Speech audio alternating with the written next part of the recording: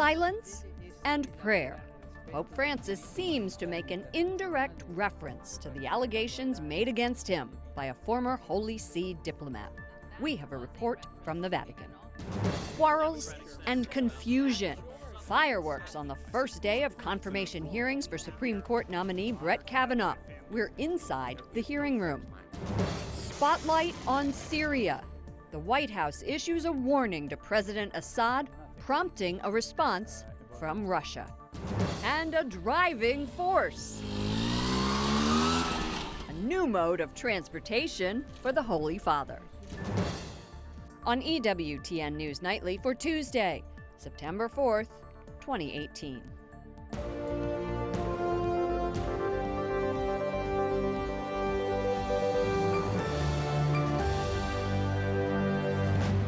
Good evening from Washington, D.C., and thank you to those of you joining us from around the world for news from a Catholic perspective.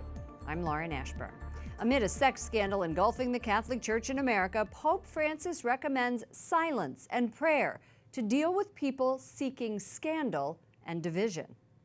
Perché la verità è mite, la verità è silenziosa.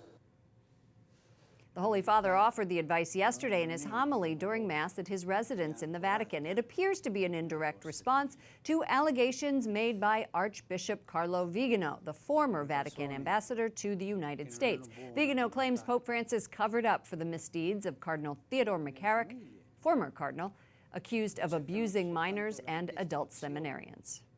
Vatican correspondent Juliet Lindley joins us from Rome. Juliet, the Pope seems to be approaching these accusations indirectly.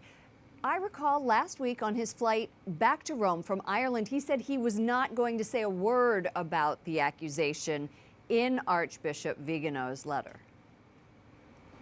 Well, Lauren, in addition to his homily yesterday, the Pope talked about vanity, avarice, pride, and hypocrisy at his Sunday Angelus address.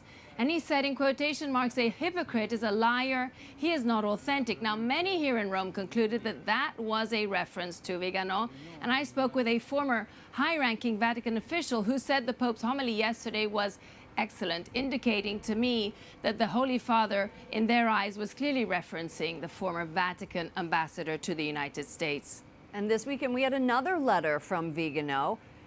It was 3 pages and an account of a papal meeting between Kim Davis, a former Kentucky clerk who was jailed for refusing to certify same-sex marriages, and Pope Francis. This happened during his visit here to Washington, to the United States in 2015. What's the latest conflict between Vigano and Vatican officials?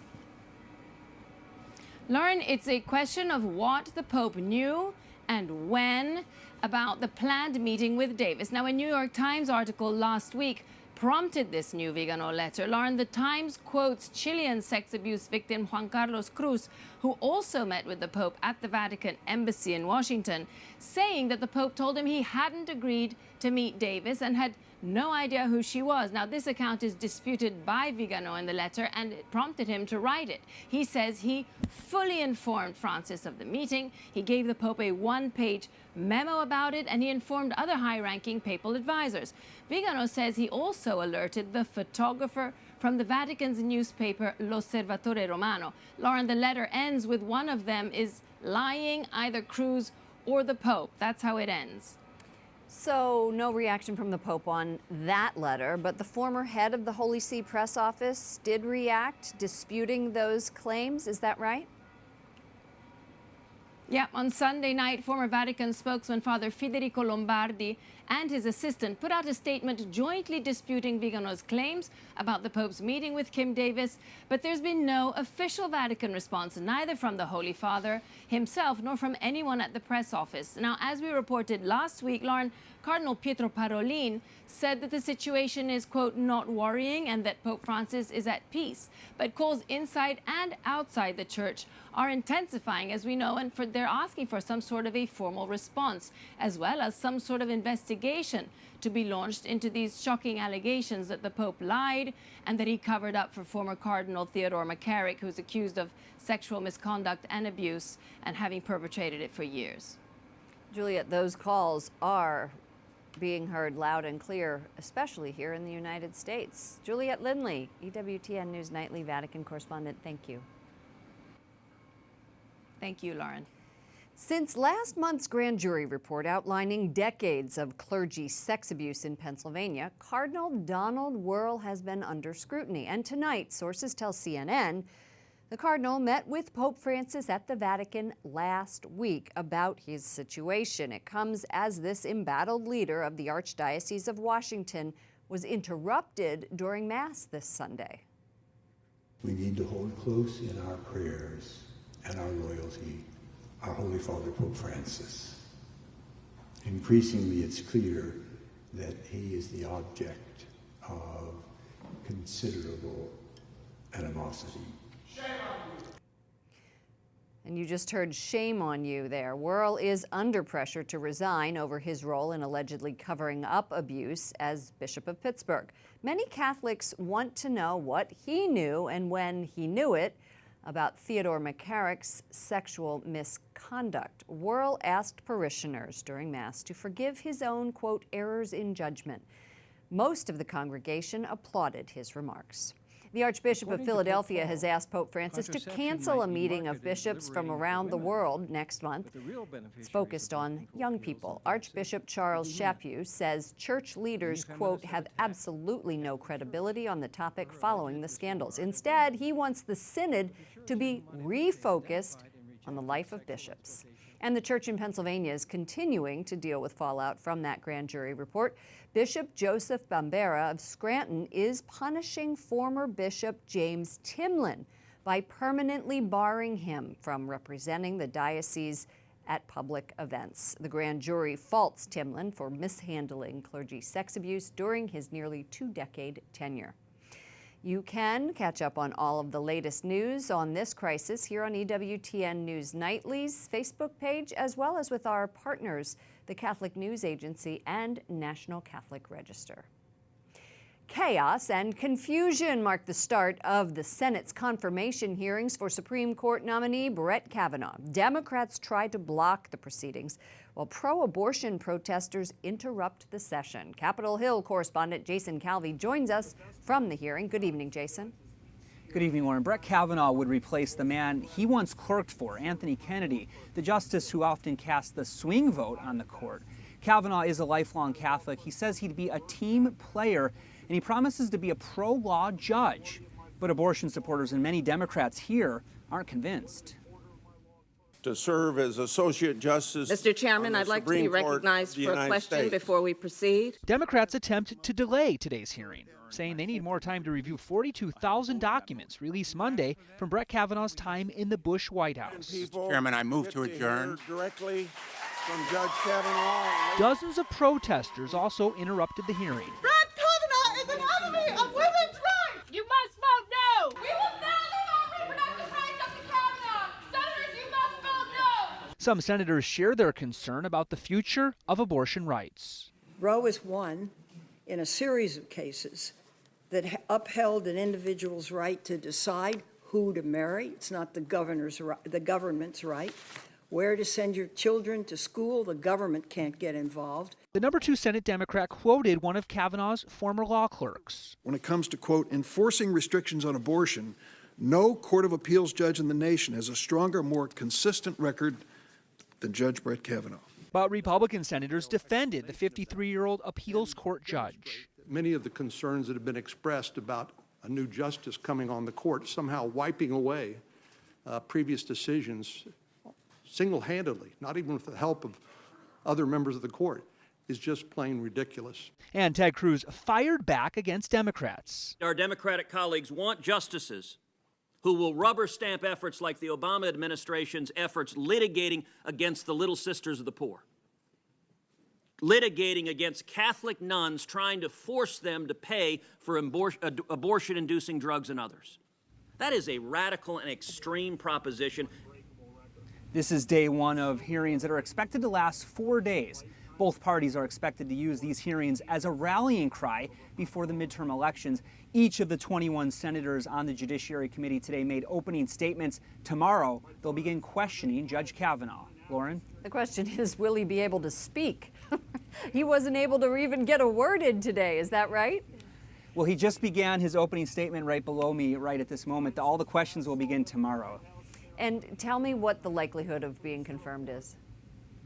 Well, if no Democrats support his nomination, Republicans have no margin for error. That's because the GOP controls the Senate just 50-49. All eyes are now on two Republicans who support abortion. That's Lisa Murkowski of Alaska and Susan Collins of Maine. Neither has said she would vote against Kavanaugh. Now, there are three Democrats who voted for Judge Neil Gorsuch the last time around, and the GOP hopes to get their vote again this time.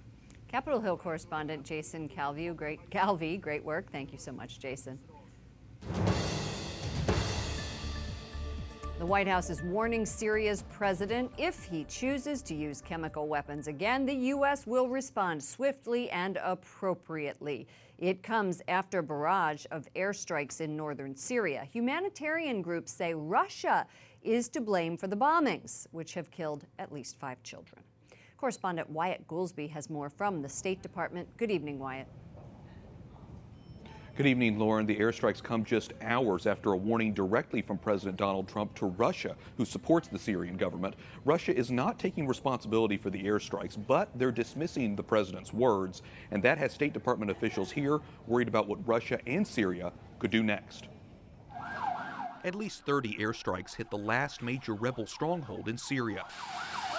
They have forced activist groups like the White Helmets into action. The local humanitarian organization reports 12 civilians were injured, and they're worried they may find more among the rubble. This could be one of the worst things we've seen coming out of Syria. Middle East expert Jim Phillips says the bombings could be the beginning of yet another humanitarian crisis for the region. For weeks, Syrian government forces have been building troops around the rebel-controlled area called Idlib in preparation for an assault. This military operation in Idlib is going to occur amongst hundreds of thousands of civilians. Many of them are going to get killed, and they have very few places to flee to for safety. Russia is waging an air campaign on behalf of Syrian President Bashar Assad, who is also backed by Iran. On Monday, President Trump issued a warning, tweeting, "President Bashar al-Assad of Syria must not recklessly attack Idlib province. The Russians and Iranians would be making a grave humanitarian mistake to take part in this potential human tragedy. Hundreds of thousands of people could be killed. Don't let that happen." Kremlin spokesman Dmitry Peskov dismissing President Trump's warning, calling Idlib a hornet's nest of terrorists. The United States is concerned Assad may use chemical weapons, as he has multiple times in the past. Pope Francis is pressing for negotiations. On Sunday, the Holy Father called on all sides to use diplomacy and dialogue. We are also learning tonight Israel is carrying out air raids against the Syrian government and military installations. The Syrian state media reports Israeli jets fired missiles on several facilities in the western and central part of the country. An independent monitoring group says one of those installations belongs to Iran. Lauren? Correspondent Wyatt Goolsbee reporting from the State Department. Thank you, Wyatt. One person is dead and dozens others injured after a Catholic church collapsed Sunday in southern Nigeria. Police say St. Paul Church fell apart during Mass. The Nigeria Society of Engineers blames substandard materials and violations of building regulations. The Taliban says the founder of the much-feared insurgent group in Afghanistan is dead after a long illness. Jalauddin Haqqani was 71 years old. His fighters are among the fiercest facing U.S. troops. Philippines President Rodrigo Duterte orders the arrest of his strongest critic in Congress. Political objective, which is to persecute the political opposition.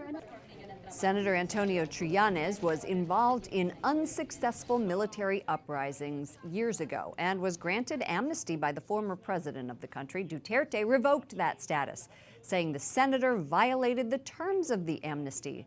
Trillanes denies that claim.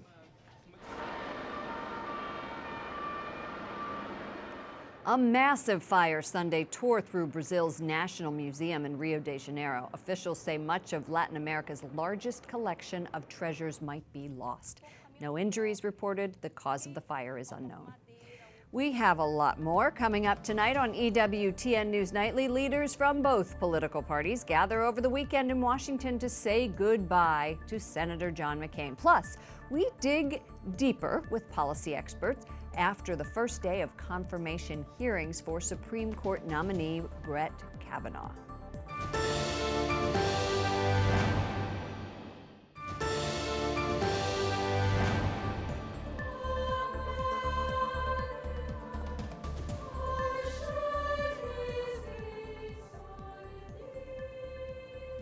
Dozens of current and former world leaders from both sides of the political aisle paid their respects to Senator John McCain at a memorial service Saturday at the Washington National Cathedral.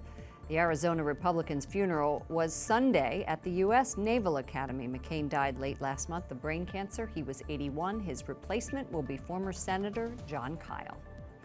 Senator McCain's memorial services and his decade-long political career were honored, and many say they were all about bipartisanship. Reaching across the political aisle almost never seems to happen these days. The latest examples, today's Supreme Court confirmation hearings, where Democrats like Cory Booker and Republican Chuck Grassley began arguing before the process had even begun. Joining me now by Skype is John Malcolm, director of the Meese Center for Legal and Judicial Studies at the Heritage Foundation. John, welcome back to the program. Great to be with you, Lauren. You know this process well. In 2016, you compiled a list of potential Supreme Court nominees to succeed Justice Scalia. 7 of those 8 made the White House shortlist. Can you remember a time ever when a hearing for a nominee was this contentious?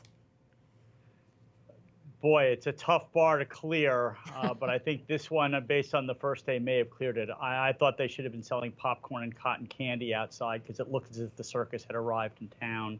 I don't know how many protesters At least were 8 arrested groups, today. I know. Oh my God, and Democrats were constantly interrupting the Republicans. It really got out of hand quickly, and I'm hoping that Chairman Grassley will be able to restore order for the next 3 days. Democrats repeatedly argued that the confirmation hearings should have been delayed until they had the opportunity to look at what they called a 42,000 document dump last night about Judge Kavanaugh's record. So what would, John, the harm have been in delaying the hearings to give them a chance to do that? Is there precedent for that? Well, there's been plenty of time for all of the senators to evaluate this nominee. I mean, all of the Democratic senators in the past have said that the best thing you can go upon to determine what kind of a justice somebody will be their judicial track record. So they don't want to spend any time talking about the 307 opinions that Brett Kavanaugh has written and the 391 other opinions that he has joined. They would rather focus on documents 12, 14, 15 years ago that crossed his desk before making it to the desk of President Bush, who was making very important executive branch decisions. I mean, Brett Kavanaugh has been a judge for 12 years. He's received a unanimous, well-qualified rating by the ABA, which is hardly a bastion of conservative legal thought. It's their highest rating. There is plenty there to examine what kind of a justice Brett Kavanaugh will be. But of course, that's not what the Democrats want to focus upon, and they've already announced their intention not to vote for him anyway. Senator Dianne Feinstein, who's a Democrat from California, used her opening remarks to link Judge Kavanaugh as President Trump's nominee to the president's pro-life views. Does that put Judge Kavanaugh in a position to answer questions on Roe v. Wade or to defend his impartiality?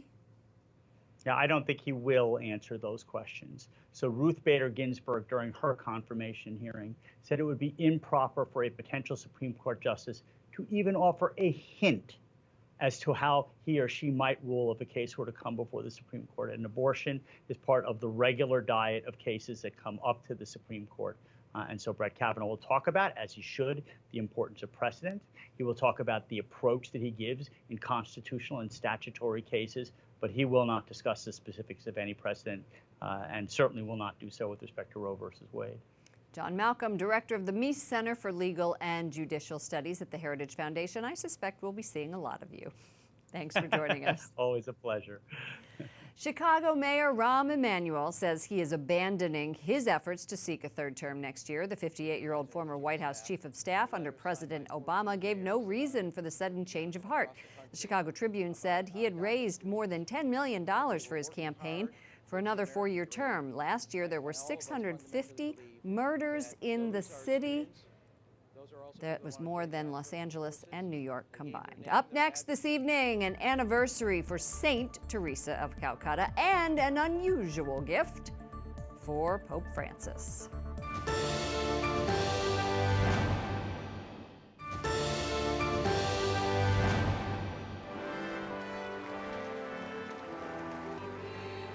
Today marks 2 years since Pope Francis canonized Mother Teresa of Calcutta. During the 2016 ceremony at the Vatican, the Holy Father said mercy was the salt to Mother's work and the light in the darkness for the poor she served. A Catholic diocese in Nebraska is rocked by old allegations of sex abuse. The Diocese of Lincoln was the only one in the U.S. that did not participate in annual church-sponsored audits of sexual misconduct. And that was after the 2002 Boston scandal. Now, accusers are coming forward with allegations from that time period. A bishop in Southern California says the former Vatican diplomat accusing Pope Francis of covering up abuse claims is, quote, a man of integrity. Bishop Kevin Vann of Orange also says, quote, given the grave accusations, I believe that it is necessary for the Holy Father to ensure that a competent investigation be undertaken swiftly. The bishop was speaking late last month after celebrating Mass. And joining me now from our studio in California is Dr. Pia De Solini, Chancellor of that Diocese of Orange and theological advisor to the bishop. Welcome to the program. Great to be with you, Lauren. Thank you. Your boss, Bishop Kevin Vann, has put together an oversight panel in Orange County, and it includes 13 lay people, 4 priests, and 1 religious sister. The diocese, you have a toll-free number to report abuse. Do you believe that this is a good model for the nation? Absolutely. And I think we also need to encourage people, if people don't feel comfortable coming to the diocese, to our toll-free number, please go to law enforcement. I mean, this is the Church of Jesus Christ, who is the light of the world, who is the way, the truth, and the life. The truth has to come out. And anybody that believes that they were victimized needs to come forward. And our job is to do justice. What have been the results of this effort?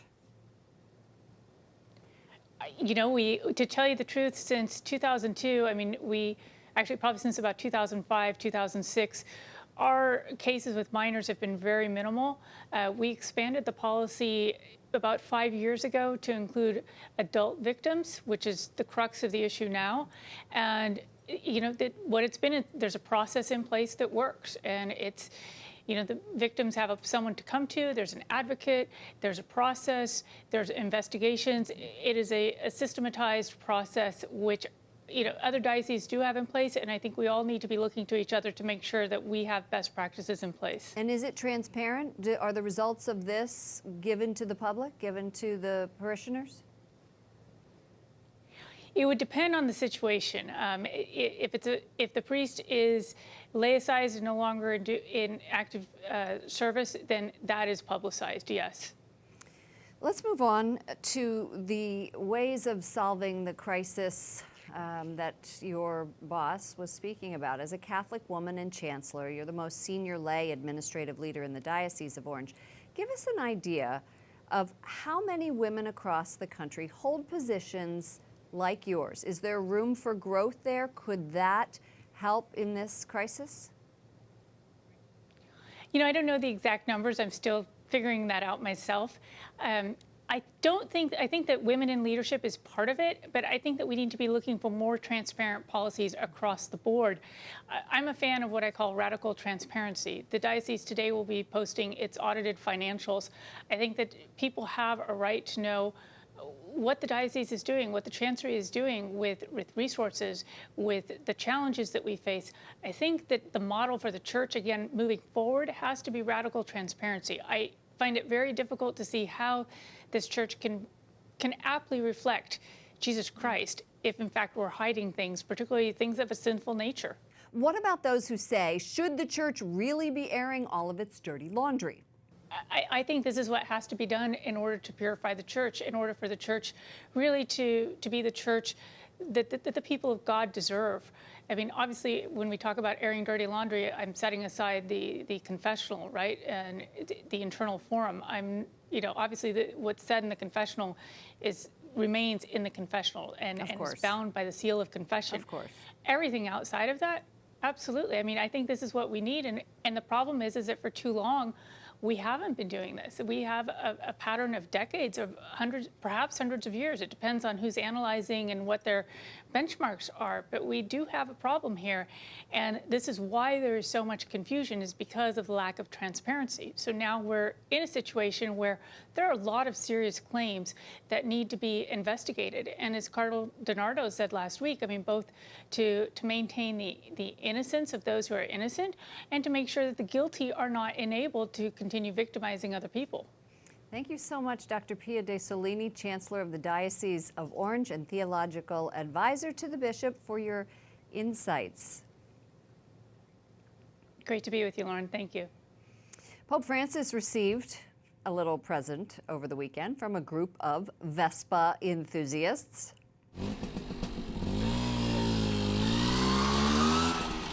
And guess what it is? 600 motorcyclists took part in the Angelus. They met with the Holy Father, some of them, in the Vatican, and gave him this white special scooter. It has the papal insignia and a custom license plate with Pope Francis's name, birth year, and Sunday's date. And of course, as all of these gifts are, they will be auctioned off for charity. For all of us here at EWTN News Nightly, to all of you around the world, thank you for watching. I'm Lauren Ashburn. Let's keep in touch online. Follow me at Lauren Ashburn on Twitter and Lauren Ashburn EWTN on Facebook.